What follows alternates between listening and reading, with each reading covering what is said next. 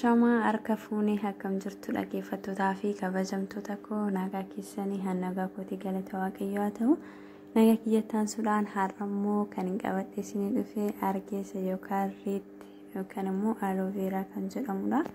Isa kanas ijoolleen hedduun keessan nagaafattanii jirtu. Argeessi maalidha yookaan immoo reetti maalidha akkasumallee aloveeraa maalidha warreen jettan bifa isaa maqaa isaa wallaaltan bifa isaatiin kanadha jechuudha. Bakkee garaagaraatti biqiluu danda'a. Mana keessatti wantoota sahan yookaan immoo wantoota biqiltuu irratti guddisan irratti guddifachuu akka bifa kanaatti guddifachuu hin dandeessu. Haala gaariidhaan dafee wanta guddachuu danda'udha jechuudha. Eenyumti keenya iyyuu akka irraa fayyadamtan kabajaan isin gaafadha jechuudha. Wanta baay'ee salphaa tokkodha dhugaa rabbii isin himuudhaaf mana keenya keessatti yookaan immoo gibbii yookaan dallaa keenya keessatti wantoota biqiltoonni itti guddifataman yookaan immoo biqiltoonni itti guddisuu ni dandeenya jechuudha. Haala salphaadhaan jechuudha. Faayidaa hedduu qaba. Akkasumas faayidaan isaa rifeensa mataa keenyaa nu guddisuudhaaf akkasuma caccabina mataa keenyaa akkasuma fuula keenyaa akkuma wantoota garaagaraatiif ni oola jechuudha. Isa keessaa mee har'ammoo waa'ee rifeensa mataa keenyaa akkamitti kokonaat ooyilii wajjiniin akkatti hojjennu mana keenya keessatti akkatti fayyadamnu qabadhee isinii dhufeera. Hanga xumuraatti na wajjin turaan afeerraa kootii kun akkuma argitan suura isaa bakka guddifamerraa suura isaa kaasee isin agarsiisee jira. Ijoolleen tokko hin beeknu argeessayyuu hin beeknu akkasumas immoo aloveeraa hin beeknu warreen jettanii bifa kana kan fakkaatudha jechuudha. Argeessa jechuun akka afaan keenyaattis argeessu natti fakkaata. Afaan Oromootiin kan biraan beeku maqaa isaa kan biraan beeku argeessumaan hin beekani. Warreen immoo maqaa isaa beektan koomentii jalatti na barreessuu hin dagatinaa isiniin jedha. Bifa salphaadhaan haala kanaan mana keenya keessatti guddifannee rifeensa keenya akkasumas immoo bakkee wanti tokko nu gubee yookaan bakkee wanti tokko nu rukutee madaarrattis yoo dibne kana qofa miti dhukkuba garaatiif illee namoonni garaagaraadha gara keessa warreen dhukkubsatan baay'ee tokko ni hadhaa garuu qoricha waan ta'eef kana fudhatan haala salphaadhaan dafanii fayyuu ni danda'u jechuudha. Baay'ee tokko barbaachisaadha jechuudha. Rifeensa mataa keenyaa akkasuma qaama keenyaa fuula keenyaa bakkee wanti tokko nu gubee yookaan nu rukutee madaarratti yoo dafnee dibnee akkasuma akka dafee qooruu ni godha jechuudha. Egaa kallattumaamee waa'ee isaa irratti dheeressu bifa isaa kan jettaniif bifni isaa kanadha jechuudha. Haala kanaan mana keenya keessatti guddisuu ni dandeenya. Kana qofas osoo hin ta'in gabaarraas immoo argattanii bituu hin dandeessu. Suuqii garaagaraarraa warreen biyya hambaa jirtan ashagamee kan gurguramu jira. Suuqii garaagaraarraa bitachuu ni dandeessu jechuudha. Mi'a amma mureen isinitti agarsiisa. Akkaataa ittiin mureetan isinitti agarsiisa jechuudha. Kunoo hamma muree bakka haalarra jiru gara mana keessatti galchee jira. Kana seeraan ni dhiqtu jechuudha. Kun akka argitanii seeraan dhiqamuu qaba jechuudha. Wantoota garaagaraatu irratti jira waan ta'eef seeraan dhiqxanii erga dhiqxanii booddee caafii isaarraan akka qoree wayii ni qaqqaba jechuudha. Akka argaa jirtanii caafii isaarraan qoree ni qaba. Isa kana caafii isaarraan yookaan immoo bukkee isaa lamaan irraa baastu jechuudha. Akka qoree kan qabu sana jechuudha. Baay'ee tokko nama gargaara dhugaa rabbii isin rifeensa keessaniif baay'ee tokko barbaachisaadha. Isas kokonaat ooyilii yoo qabaatan kokonaat ooyilii wajjin walitti goonee ni ilaalla. Kana seeraan dhiguu qabdu dhugaa dubbachuuf seeraan dhiguu qabdu hijaa haala turuuf wantoota garaagaraatu irraa qubata waan ta'eef kana seeraan dhiqxanii irraa quncistanii jidduu isaa kana jechuudha. Jeelii jidduu isaatii kana inni fuutu jechuudha. Yookaan immoo warreen jeelii jidduu isaatii barbaadan jeelii jidduu isaatii fuutu. Warreen immoo akkasiin hin barbaanne murtanii ni qopheeffatu jechuudha. Amma isinitti agarsiisa. Kan na barbaachisu saawwanniidha biradistii yookaan immoo jitirii kan nu barbaachisa jechuudha.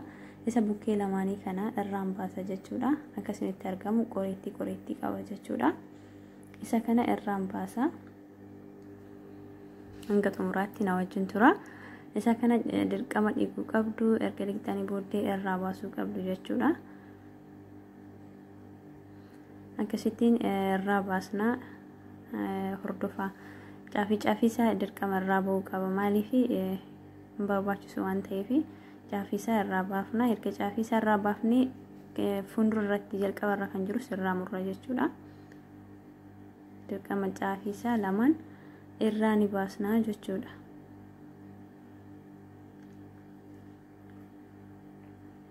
Asinitti argama jedhee yaada. Caafii isaa lamaan irraa erga baafnee kunoo jalqaba irratti kan jiru kana irraa murrii ni ganna jechuudha. Akkasittiin bifa kanaan qaqal'istanii ni murattu. Warreen immoo akkasittiin hin barbaannes daakuu dandeessu. Jeelii isaa jidduu baaftanii daakuu ni dandeessu jechuudha. Maashinaanii daakuu ni dandeessu. Amma akkasittiin godhee mummuree isin agarsiisa jechuudha. Haala kanaan ni mummurtu jechuudha. Hunduma isaa haala kanaan ni murtu jechuudha.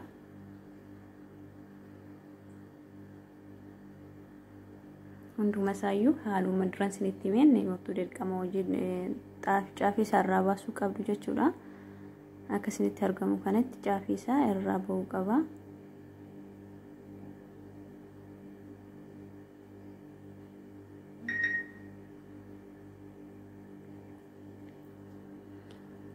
Hunduma isaayyuu bifuma tokkoon jalqaba irraa hanga xumuraatti akkanatti ni muratu jechuudha. Hanga isiniin ta'u jechuudha. Hanga rifeensa keessaniif ta'u ni murtu jechuudha. Haala kanaan jechuudha. Haala isinitti argamu kanaan ni murtu hunduma isaayyuu jechuudha. Wanta hanga rifeensa keessaniif ga'u fakkeenyaaf rifeensa baay'ee warreen qabdan baay'isuu dandeessu. Rifeensa immoo haphii warreen qabdan rifeensa haphiidhaaf xiqqoo gochuu ni dandeessu. Akka rifeensa keessanitti jechuudha kuni. Rifeensa keessanii irratti murtaa'a jechuudha kuni. Akka rifeensa keessanii irratti murtaa'a. Akka rifeensa keessaniitti baay'isuu hin dandeessu, xiqqeessuu hin dandeessu. Kana qofa immoo miti wantoota garaagaraa itti naquu hin dandeessu.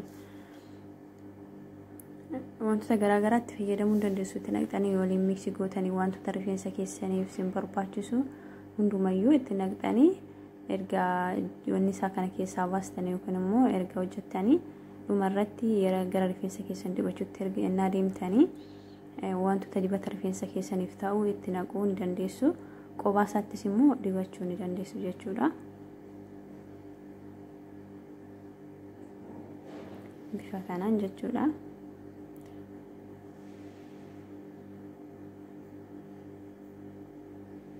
Bifa kanaan ni murattu hunda isaayyuu jechuudha.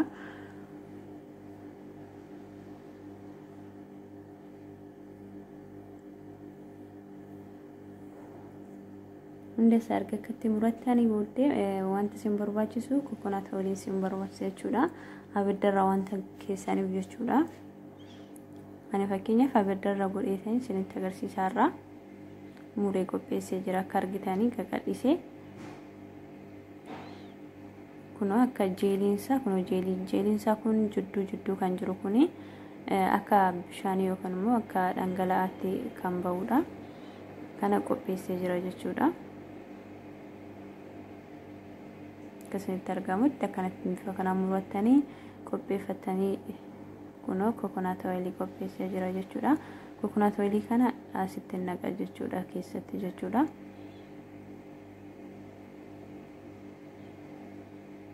As keessatti naqa jechuudha. Akkasinitti argama jedhee yaada. As keessatti hanga isinii danda'amu hanga qabdan jechuudha. Hanga rifeensa keessaniiti malee hanga isiniin taane osoo hin taane hanga rifeensa keessaniitu murteessaadha. Kanaaf isa asitti naqna jechuudha. Kun akka argitanii asitti naqee jira. Isa kana fuudhee kunoo abiddarra godhee jira jechuudha.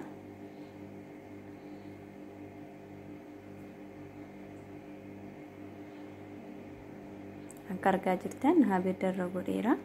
Maaliif dhangala'aan sunii fi kokonaata waliin sunii fi aloe-veraan kuni dirqama walitti miksii ta'uu qabu kan walitti makamuu qabu seeraanii abiddarra ni tursiistu haala kanaan jechuudha. Haala isinitti argamu kanaan abiddarra ni tursiistu xiqqoo ishii daqiiqaa 5 hanga daqiiqaa 10 abiddarra ni tura.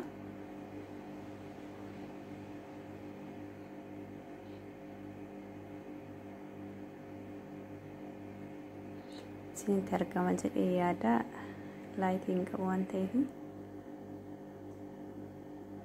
haala kanaan sirriittiin wal nyaachuu qaba jechuudha. Dhangala'aan jeeliin sun gara bishaanitti jijjiiramuu qaba dirqama jechuudha. Maaliif dhangala'aan sun kokonaatii wajjin wal nyaachuu qaba beektanii. Haala kanaan jechuudha. Baay'ee tokko gaariidha jechuudha. Amma xumuree jira, irraa baasee jira jechuudha. Akkasitti argamutti irraa baasee jira. Haala kanaan kun bifni isaa jijjiiramee jira kan kana ta'ee jira. Gara bunniitti jijjiiramee jira. Haala isinitti argamu kanaan dhimbiibduu irratti ni godhattu. Dhimbiibduu yookaan immoo wantoota ittiin irraa bishaan isaa yookaan immoo dhangala'aa isaa irratti hin baaftan ni qopheeffattu jechuudha. Haala kanaan qorruu qaba, dirqama qorruu qaba xiqqoo ishii. Yoo ho'aasaa dibattan ta'e baay'ee miidhaas irra qaqqabsiisa waan ta'eef irraa gadi baastanii xiqqoo ishii qorrisiisuu qabdu jechuudha.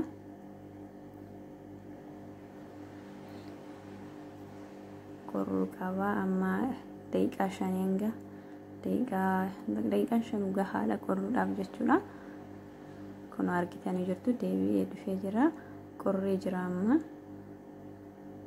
Akkasinitti argamu haala kanaan qorrisiisuu qabdu isiniin jedha. Baay'ee tokko rifeensa keenya guddisuuf gahee guddaa qaba waan ta'eef wantoota kana osoo itti fayyadamnee rifeensi keenya dafee akka guddatu akkasumas immoo caccabinsa akka dhorku ni gahee guddaa qaba jechuudha. Akkuma argitanii kun asitti saaniin duwwaan nu barbaachisa, akkasuma dhimbiibduun kun nu barbaachisti. Isa kana fuunee asirratti ni naqna jechuudha. Kun akkasitti argamu. Akkanatti dhimbiibduu kanarratti hinattu dhangala'aan isaa gara dakaatti ni yaa'a jechuudha. Haala isinitti argamu kanaan jechuudha.